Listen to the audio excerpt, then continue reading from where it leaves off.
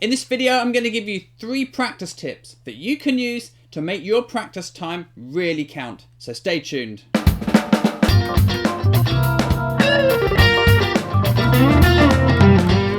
Hey there, this is James for James Shipway Guitar and the Ask James Guitar Show. Now I've had some questions from a bunch of people about how to practice. So in this video, I'm going to give you some tips to help you make sure that your practice time is going to get you where you want to be as a guitar player. I'm also going to tell you one of the main things that I think you need to avoid, which traps a lot of guitar players and stops them improving as well as they could. Like any serious guitar player who's been playing a long time like I have, I've spent thousands of hours practicing, but I've also wasted a lot of time practicing things badly, or often practicing things that I didn't really need to be practicing at all. Now it's really easy to drift from one topic to the next when we practice without really getting very much done and without really drilling down and focusing on the important things that are going to help us to become the guitar player we want to be. If we can figure out what it is we want to achieve in our practice time, then we can make sure that our practice is really going to have an impact on us as a player. So it's not just about how much you practice, it's more about how smart you practice. Let's have a look at how you can make your practice time really count.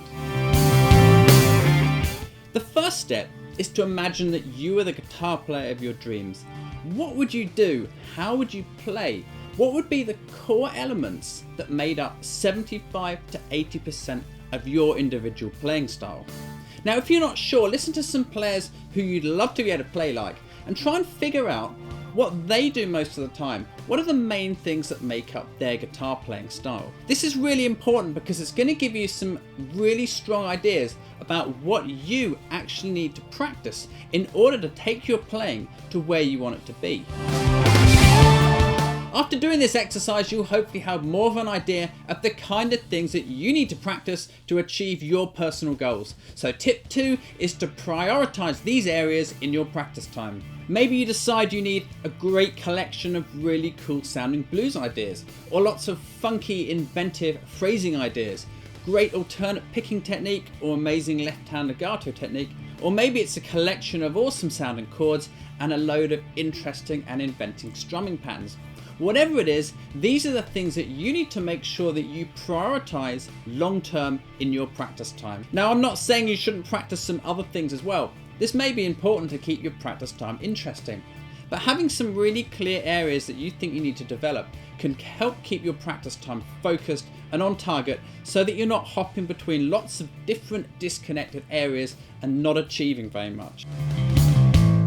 Tip 3, don't just practice doing, practice using. Don't just memorize new things and then move on to the next thing.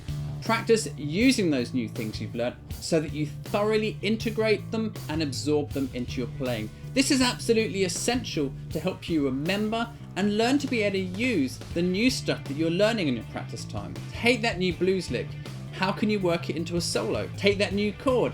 How can you use it in a familiar song that you already know? How can you sneak that new scale you've just learned into a solo that you play with your band? Use backing tracks, drum loops, anything you can think of to help you practice using the new material in some kind of real life musical context. You can also use band practices, jam sessions, open mic nights, but obviously there's a bit more pressure to get it right when there's people listening. So in summary, get a clear idea of the kind of player you'd like to be. Try and pinpoint the areas that you need to be best at in order to achieve that goal. Then start practicing these key areas. And remember not just to learn to do them, but also to practice using them in a musical context. Bonus tip, be aware of information overload and try not to get dragged off course by all the possible areas which you may think you need to learn to do. Just because someone tells you need to be able to sweep pick, tap, or play the diminished scale, you may not need this if it doesn't fit with the picture of the ideal player that you personally are trying to become. It may just be an unnecessary distraction. Be aware of trying to practice too much stuff as well. I've certainly been guilty of this in the past with my playing, and normally what happens is you just don't retain and remember the stuff you've been practicing. Just chip away at the edges, do the best you can do, and the progress will start to come. So that's about it for today. I hope this video has been useful for you. Think about some of these points, maybe make a few notes, and think about how maybe you could use them to improve your current practice schedule. If you've enjoyed this video, then please subscribe to my channel. please give it a like, and if you've got any comments about these points or any suggestions about other videos, other lessons you'd like to see on my channel, leave them in the comment section below, because I do check all my comments. So I hope to see you very soon in another one of my videos, so take care till then, and I'll see you later.